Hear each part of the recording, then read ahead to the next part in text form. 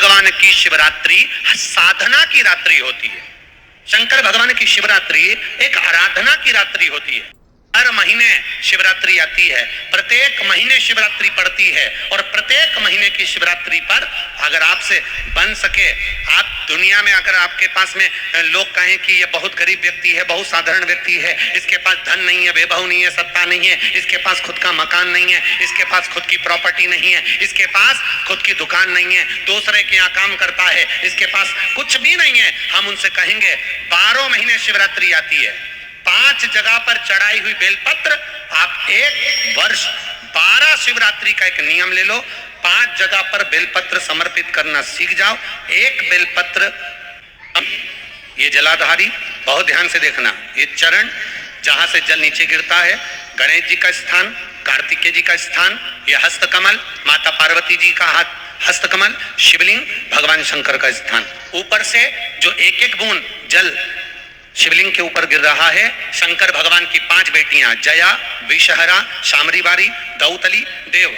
बीच में जो एक मोटी सी लाइन है वो शंकर भगवान की छोटी लड़की, क्या नाम है? अशोक सुंदरी। ये पूरे शिवलिंग का वर्णन।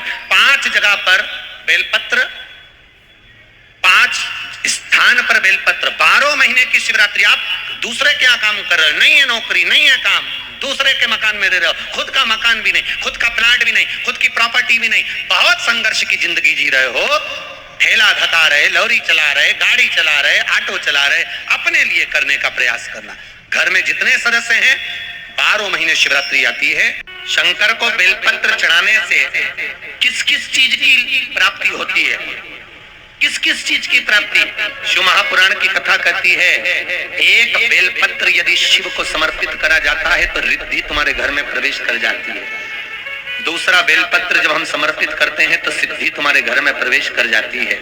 तीसरा बेलपत्र यदि हम समर्पित करते हैं तो श्री गणेश हमारे घर में प्रवेश कर जाते हैं। चौथा बेलपत्र यदि हम समर्पित करते हैं तो भगवान नारायण लक्ष्मी को लेकर हमारे घर में प्रवेश कर जाते हैं। और 5वां बेलपत्र जब हम समर्पित करते हैं तो भगवान शंकर गोरा जी के साथ तुम्हारे घर में प्रवेश कर जाते हैं।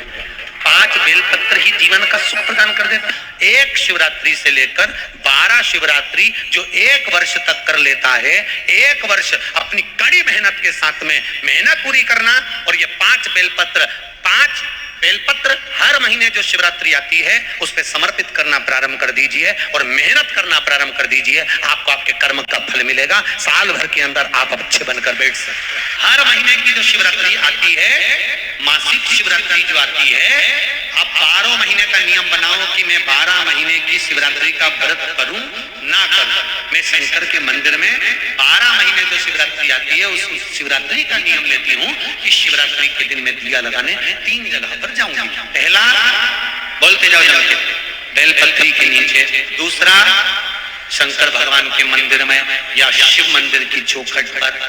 तीसरा, आंवले के वृक्ष के नीचे।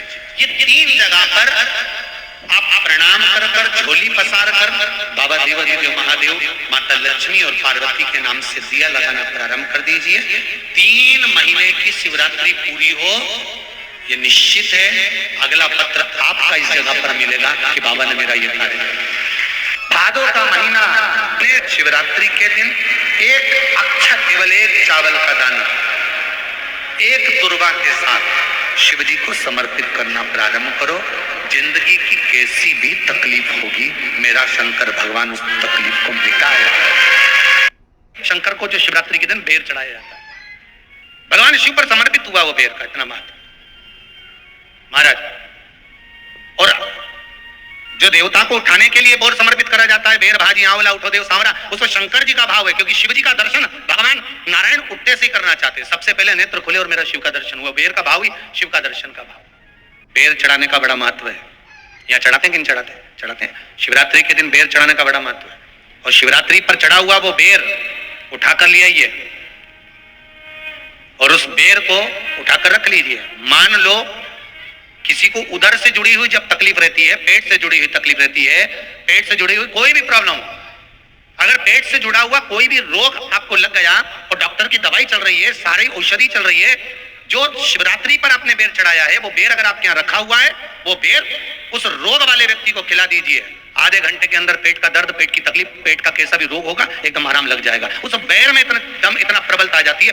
कितनी बड़ी औषधि होगी बेर के अंदर, जरा देखिएगा कि मेरे राम जी शबरी अम्बा के दरवाजे पर पहुंचे।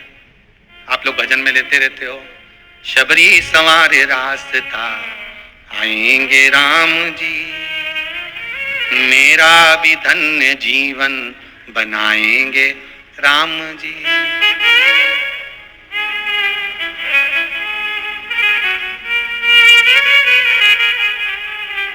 और बागों से चुन चुन के वो लेकर आई बेर की टोकरी। खट्टे हो चाहे मीठे हो आएंगे राम जी, मेरा भी धन्य जीवन बनाएंगे राम जी। शबरी ने राम जी को बेर दिया, राम जी ने बेर खाया, प्रेम से खाया। याद आया पीछे लक्ष्मण खड़ा है, राम जी ने लक्ष्मण को बेर दी, ले लक्ष्मण ये बेर खा ले। लक्ष्मण जी ने बेर ली है। लक्ष्मण जी ने बेर को देखा तो वो शबरी अम्बा अपने मुंह से झूठा करके दे रही है। लक्ष्मण जी ने बेर लिया, पास में रख लिया, फिर लिया, फिर रख लिया। शबरी जी राम जी को बेर दे, राम जी लक्ष्मण जी को बेर दे, लक्ष्मण जी वो बेर लेके पीछे फेंकते जाए, उठाए फेंका, उठाया फेंका, उठाया फेंका। अब कोई लक्ष्मण साधारण है?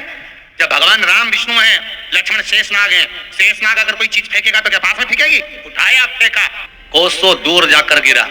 और वो बेर कब काम आया? जब लक्ष्मण जी को शक्ति लगी, बाण लगा, लक्ष्मण जी मूर्छा होकर जमीन पर पड़े। सुषेण वेद को बुलाया और वेद से बुलाकर पूछा कि लक्ष्मण कैसे उठेगा, तो कहा संजीवनी लेकर आओ। संजीवनी लेने के लिए भेजा। तब संजीवनी लेने के लिए जब श्री हनुमान जी महाराज गए, संजीवनी बूटी जब लेकर आए और लक्ष्मण जी को जो दी, तब राम जी पहचान गए ये संजीवनी कोई दूसरी नहीं है। लक्ष्मण जी को जो बेर खाने को दिया था, वो बेर फेंक दिया था, उसी बेर की पत्ती है जिसको निचोड़ निचोड़ कर लक्ष्मण जी को खिलाना पड़ी है। तो राम जी रोते रोते बोले पहले ही खा लेता तो खाना नहीं पड़ती, कोरोना का टीका पहले ही लगवा लेता तो दादा निपटता ही नहीं। लगे से लेकर जो मर रहा है उस तक के व्यक्ति को सुनाई जाएगी। पोलियो की दवाई नहीं पियोगे, हाथ पैर से विकलांग हो जाओगे। शिव महापुराण नहीं सुनोगे तो काम, लोभ, विषय, आसक्ति से विकलांग हो जाओगे। इसलिए सुनो, ये सुनने का विषय है, इसको श्रवण करना, हमारे जीवन में उतार।